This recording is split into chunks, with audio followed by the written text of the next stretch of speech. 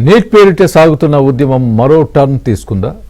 రెండు జాతీయ పార్టీల మధ్య తలెత్తిన రాజకీయ జగడం టగ్ ఆఫ్ వార్గా ఎందుకు మారింది? పీఎం ఇంటి ముందు మెరుపు ధర్నాకు దిగిన రాహుల్ తీరుపై భగ్గుమన్న బీజేపీ మెజారిటీ రాష్ట్రాల్లో కాంగ్రెస్ కార్యాలయాలను ముట్టడించింది. తమ ఆఫీస్కే వస్తారా అంటూ హస్తం సైన్యం ఎదురు తిరగడంతో చాలా చోట్ల రణరంగాన్నే తలపించింది. పార్లమెంట్ సమావేశాలు జరుగుతున్న వేళ అధికార విపక్షాలు వీధుల్లో బాహాబాహికి దిగడం కరెక్టేనా? చట్టసభల్లో హుందాగా చర్చించుకునేందుకు ఉన్న అభ్యంతరాలేంటి? తెలుగు రాష్ట్రాలు సహా కశ్మీర్, బీహార్లలో జరిగిన రాజకీయ యుద్ధ సన్నివేశాలు భవిష్యత్తు పాలిటిక్స్కు అద్దం పడుతున్నాయా? జాతీయ పార్టీలు నడి రోడ్డుపై పొలిటికల్ బల ప్రదర్శన చేయడం కరెక్టేనా? అధికార బీజేపీ, విపక్ష కాంగ్రెస్ దేశ హితాన్ని దృష్టిలో పెట్టుకోవాల్సిన అవసరం లేదా?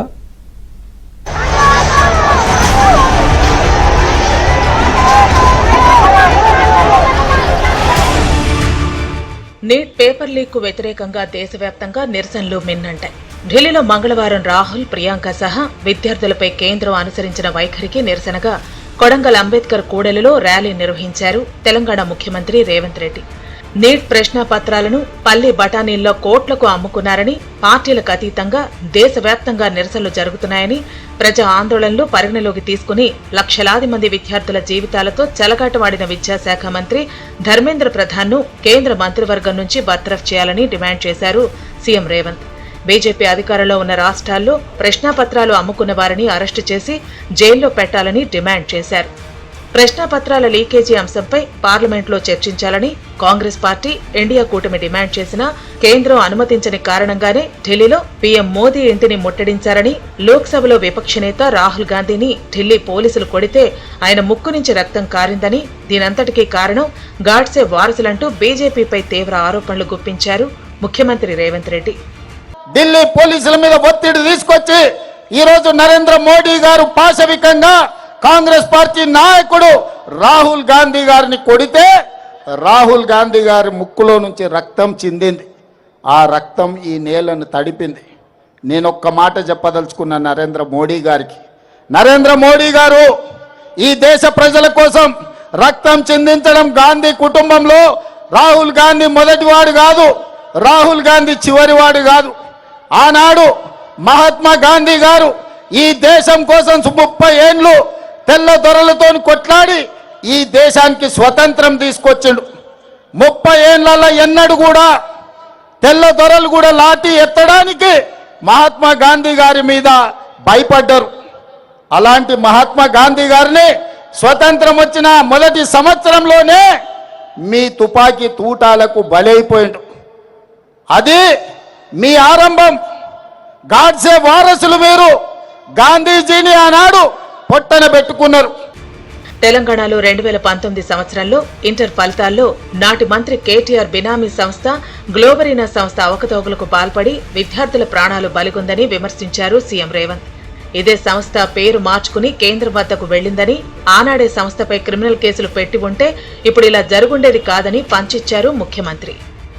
సిబిఎస్ఈ 10th ఇంటర్ పరీక్షా పత్రాలు గతంలో పేపర్లు దిద్దే విషయంలో జరిగిన అవకతవకలు, కుంభకోణాలకు 2019లో ఇక్కడ ఇంటర్మీడియట్ పరీక్షలు దిద్దిన గ్లోబరీనా సంస్థ, కేటీఆర్ బినామీ సంస్థ ఇలా ఇంటర్మీడియట్ 2019 పరీక్ష ఫలితాలలో అవకతవకలకు పాల్పడితే 27 మంది విద్యార్థులు ఆనాడు తెలంగాణలో ఆత్మహత్యలు చేసుకున్నారు.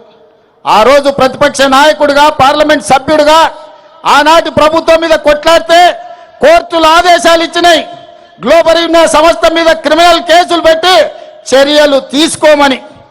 కానీ కేటీఆర్ అయిన బినామీ సంస్థ, ఆయన చీకటి మిత్రులైన గ్లోబరీనా సంస్థ యజమానుల మీద క్రిమినల్ కేసులు పెట్టలేదు, అరెస్టులు చేసి జైలుకు పంపలేదు. వాళ్ళ మీద ఎలాంటి చర్యలు తీసుకోకపోను వాళ్ళు బ్రహ్మాండంగా పనిచేస్తుండ్రని వాళ్ళకి ఎక్స్పీరియన్స్ సర్టిఫికెట్ ఇచ్చిండు. ఇటు హైదరాబాద్ లో కాంగ్రెస్ నేతలు ర్యాలీ చేపట్టారు. లోక్ భవన్ కు వెళుతున్న కాంగ్రెస్ లీడర్లను నెక్లెస్ రోడ్ వద్ద అడ్డుకున్నారు పోలీసులు. ఈ సందర్భంగా ఉద్రిక్త పరిస్థితులు నెలకొన్నాయి. నిరసనల్లో పాల్గొన్న పీసీసీ చీఫ్ మహేష్ గౌడ్, మంత్రులు పొంగులేటి శ్రీనివాసరెడ్డి, దామోదర రాజనరసింహలను అరెస్టు చేసిన పోలీసులు వివిధ స్టేషన్లకు తరలించారు.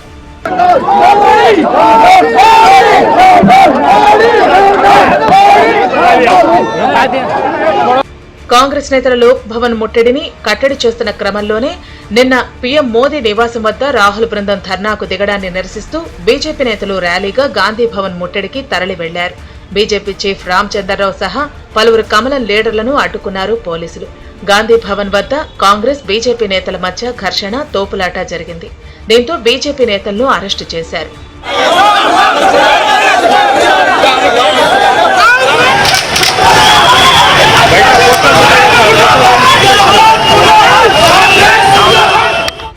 కాంగ్రెస్ బీజేపీ నాయకులు, కార్యకర్తలు పరస్పరం పార్టీ జెండాలు, కర్రలతో కొట్టుకున్నారు. ఇరు వర్గాలను చెదరగొట్టేందుకు పోలీసులు ప్రయత్నించారు. ఏ విధంగా చేస్తారు? ఒక పక్క చేసిన వాళ్ళని కాంగ్రెస్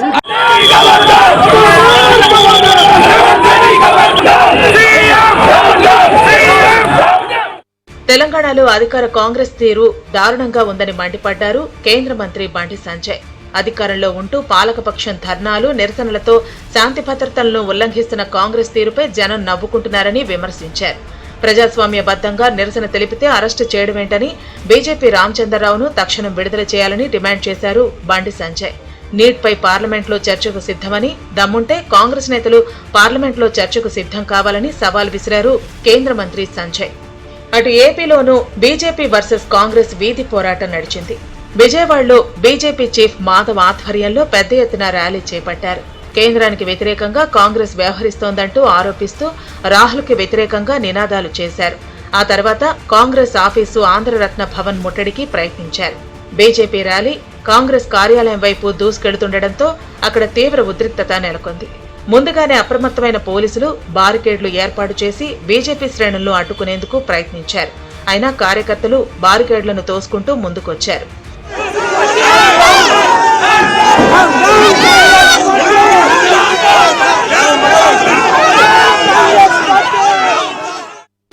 ఇదే సమయంలో విషయం తెలుసుకున్న కాంగ్రెస్ నాయకులు, కార్యకర్తలు పెద్ద సంఖ్యలో తరలివచ్చారు. కాంగ్రెస్ జిందాబాద్, బీజేపీ డౌన్ డౌన్ అంటూ నినాదాలు చేస్తూ బీజేపీ శ్రేణులను అడ్డుకున్నారు. దీంతో ఇరు పార్టీల కార్యకర్తలు ఎదురెదురుగా నిలబడి తీవ్ర వాగ్వాదానికి దిగారు. మాటల యుద్ధం క్రమంగా ఉద్రిక్తతకు దారితీసింది. ఒకరిపై ఒకరు నినాదాలు చేసుకుంటూ తోపులాటకు దిగారు. కొద్దిసేపటికే భౌతిక దాడులకు పాల్పడ్డారు. పార్టీ జెండాల కర్రలతో పరస్పరం కొట్టుకున్నారు. రాళ్లు విసురుకున్నారు. కోడిగుడ్లతో పరస్పరం దాడి చేసుకున్నారు. నడి రోడ్డుపైనే ఇరు పార్టీల కార్యకర్తలు బాహాబాహికి దిగటంతో ఆ ప్రాంతం ఒక్కసారిగా రణరంగాన్ని తలపించింది. అక్కడున్న ప్రజలు భయాందోళనకు గురయ్యారు. వాహనదారులు కూడా కొంతసేపు రాకపోకలు నిలిపివేయాల్సిన పరిస్థితి ఏర్పడింది. దీంతో రాజ్ టవర్ హోటల్ నుంచి కాంగ్రెస్ ఆఫీస్ వరకు ఇరు పక్షాలను తరిమికొట్టారు పోలీసులు. బారికేడ్లు పెట్టి కంట్రోల్ చేసే ప్రయత్నం చేసినా వెనక్కు తగ్గలేదు జాతీయ పార్టీల నేతలు. పరిస్థితి అదుపు తప్పుతున్నట్లు గుర్తించిన పోలీసులు వెంటనే ఇరు పార్టీల నాయకులు, కార్యకర్తలను విడదీసేందుకు తీవ్రంగా శ్రమించారు.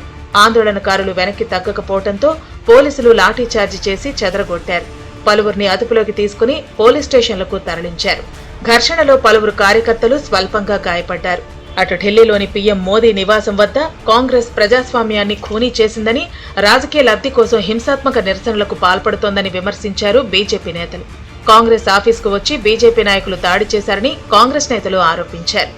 కాంగ్రెస్ సంబంధించిన రాహుల్ గాంధీ, మల్లికార్జున ఖర్గే, ప్రియాంక గాంధీ చేస్తున్న దేశ ద్రోహ కార్యకలాపాలని ఎండగట్టడం, కాంగ్రెస్ లాంటి ఒక దుష్ట శక్తి దేశంలో ఉండకూడదని చెప్పి వాళ్ళు చేసే అప్రజాస్వామిక విధానాలు ఏదైతే నిరసనలా తెలియజేయండి. మేము ఎక్కడ అభ్యంతరం చెప్పలేదు.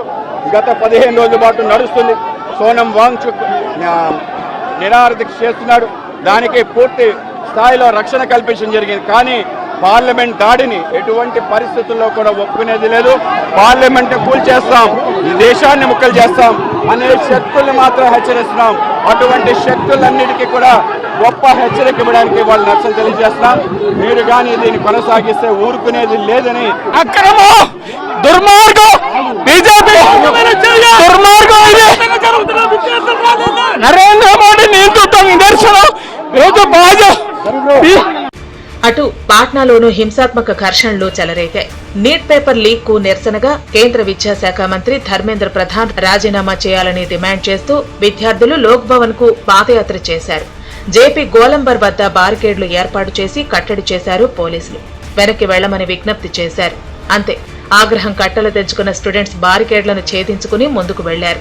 దీంతో పోలీసులు వాటర్ కెనాల్లో టియర్ గ్యాస్ షెల్స్ ప్రయోగించి లాఠీచార్జ్ చేశారు.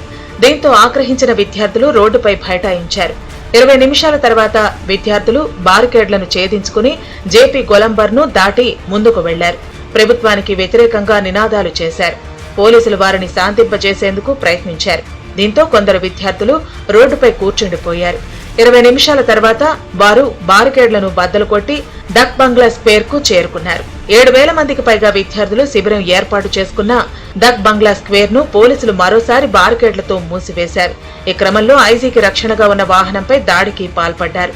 వాహనం ధ్వంసమైంది. బీజేపీ జెండాలున్న వాహనాలపై కూడా విద్యార్థులు దాడి చేశారు.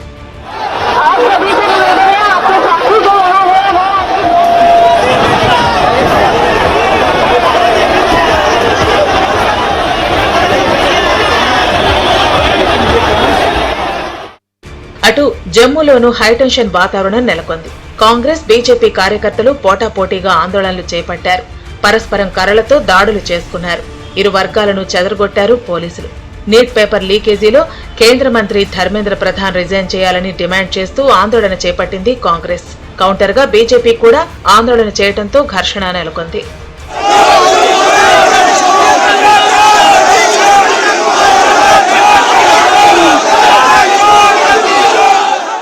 గత 10 ఏళ్లలో దేశంలో 152 ప్రశ్నాపత్రాలు లీక్ అయ్యాయని ఆరోపించారు లోక్సభలో విపక్ష నేత రాహుల్ గాంధీ.